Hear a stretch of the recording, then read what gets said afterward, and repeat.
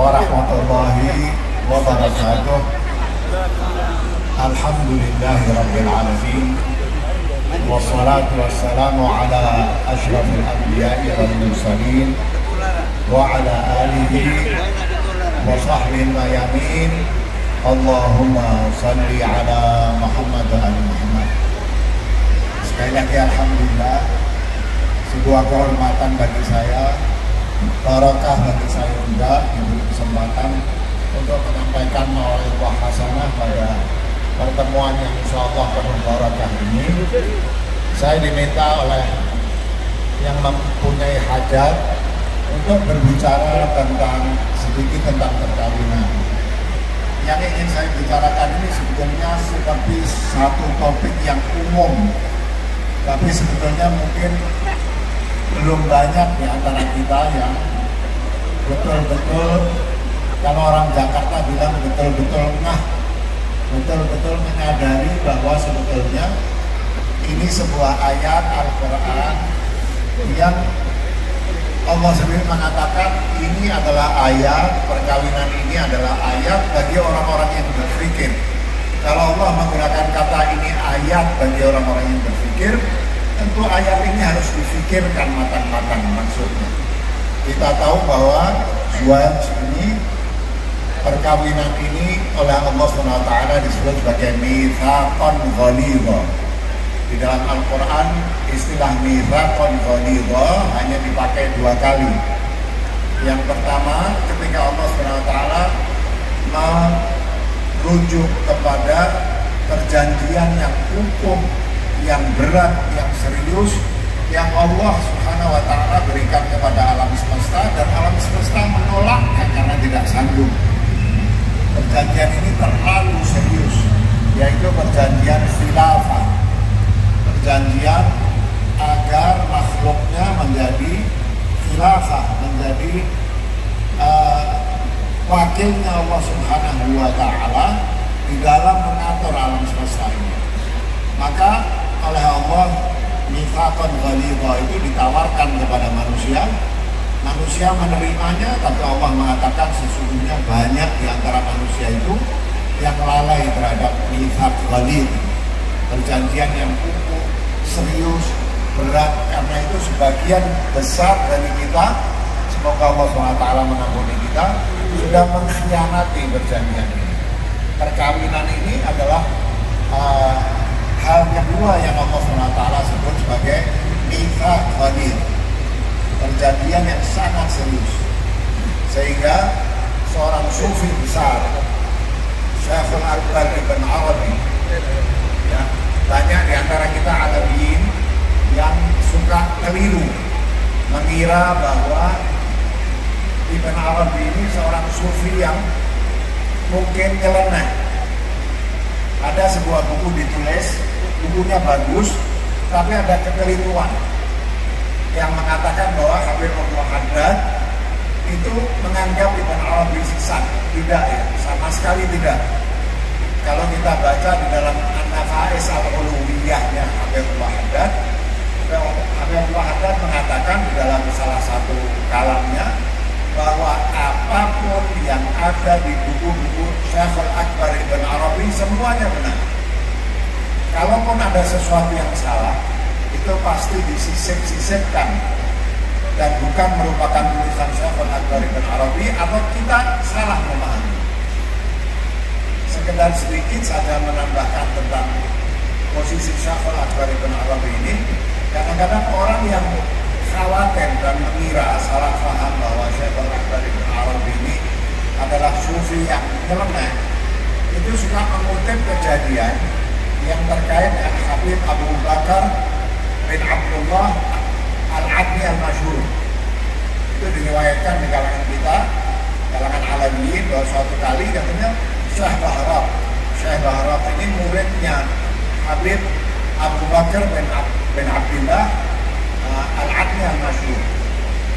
Katanya suatu kali Habib Abu Bakar ini memegang di tangannya satu bab dari buku Futuhatul Makkiyahnya Ibn Arabi. Ayahnya melihatnya, Habib Abu Bakar, Habib Abdullah, melihatnya dan memukulnya. dan meminta agar dia tidak memegang buku itu. Ya. Nah, orang mengutip ini secara sepotong-sepotong dan tidak paham konteksnya. Pertama, Habib Abu Bakar pada waktu itu umurnya masih belasan tahun. Kalau kita pelajari kapan kejadian itu kira-kira terjadi, jadi ayahnya Habib Abdullah itu kapan meninggalnya. Ketika Habib Abdullah meninggal, Habib Abu Bakar itu masih sangat muda, sehingga peristiwa pemukulan Habib Abu Bakar oleh ayahnya ketika memegang satu bab dari Futuhatul Makkiyah pasti terjadi ketika Habib Abu Bakar masih sangat muda. Nah, terus orang juga tidak mengutip ucapan Habib Abu Bakar setelah itu. Habib Abu Bakar mengatakan, tapi ayahku mewasiatkan, memesankan agar hendaknya kamu bersangka baik kepada Syekhul Akbar Ibn Arabi, bahwa bukunya Syekhul Akbar itu bukanlah buku untuk orang-orang yang tidak punya persiapan untuk membaca buku tersebut. Ucapan seperti ini pernah dikatakan oleh Habib Abdullah bin Muhsin Al-Attas, Empang, Bogor. Habib Abdullah mengatakan banyak barokah yang terdapat di dalam buku-buku karya Syekhul Akbar Ibn Arabi. Bahkan dicatat bahwa Habib Abdullah bin Muhsin Al-Attas, Empang itu membaca buku Al-Insan Al-Kamil karyanya Abdul Karim Al-Jilli, itu adalah penerusnya Ibn Arabi. Buku Al-Insan Al-Kamil itu dibaca oleh Habib Abdullah bin Muhsin Al-Attas bersama muridnya Habib Ali bin Muhammad bin Tahir Al-Haddad. Jadi keliru kalau kita menganggap bahwa Habaib itu tidak suka pada Ibn Arabi. Habib Muhammad mengatakan semua yang ditulis oleh Ibn Arabi benar. Nah, saya mau cuplik sedikit pada kesempatan ini. Kita tahu bahwa Al-Quran berfirman apa? Huwa Allah alladzi khalaqal mauta wal hayata liyabluwakum ayyukum ahsanu amala. Kata Ibn Arabi di dalam Futuhatul Makkiyah, ini ayat bermakna mewasiatkan kepada kita agar kita bersikap sepatutnya kepada istri-istri kita. Jadi ayat alladzi khalaqal mauta wal hayata liyabluwakum ayyukum ahsana yang berarti Dia adalah Allah yang menciptakan mati dan hidup.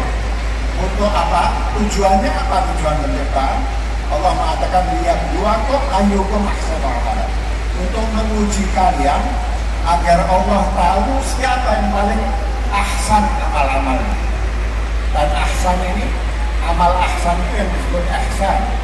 Ihsan ini kalau kata kaum sufi adalah puncak paling tinggi dari kehidupan. Anta'budallaha ka'annaka tarah wa in lam takun tarah fa innahu yarah, yaitu memuja Allah dalam keadaan kamu melihat. Kata ka'annaka, kata Ibn Arabi lagi, artinya bukan seolah-olah, tapi benar-benar melihat Allah. Tapi karena kita melihat Allah bukan dengan mata fisik, maka Rasulullah SAW menambahkan kata ka'annaka. Ihsan itu melihat Allah dalam keadaan memuja Allah, mencintai Allah, dalam keadaan Allah selalu terbayang-bayang di pelupuk matamu. Itu ihsan. Allah mengatakan bahwa Allah menciptakan mati dan hidup untuk menguji kalian siapa, untuk mengetahui siapa di antara kalian yang paling ihsan, yang paling sempurna, yang paling indah. Nah, Ibn Arabi ketika menafsirkan ini dalam Futuhatul Makkiyah, dia mengatakan yang dimaksud ihsan ini apa? Ihsan kepada istri-istri kita. Jadi seolah-olah Ibn Arabi ingin mengatakan diciptakan hidup dan mati untuk mengujimu agar Allah tahu siapa di antara kalian yang paling baik sikapnya terhadap istri-istri kalian. Ya.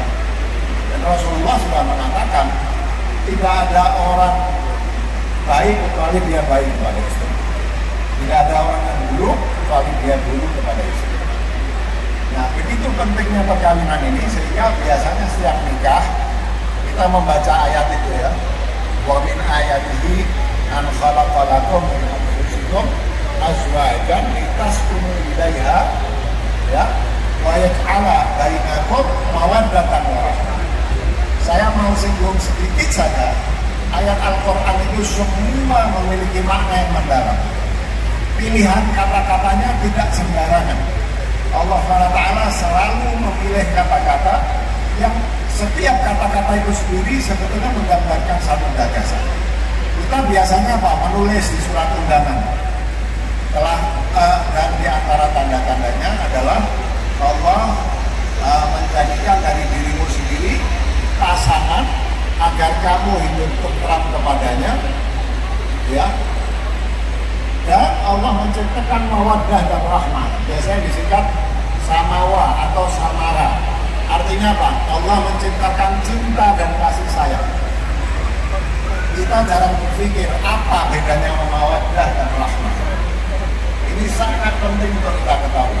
Kita hanya berpikir sama saja cinta dan kasih sayang. Tapi kita nggak pernah berpikir, nggak mungkin Allah SWT menambahkan kata mawaddah.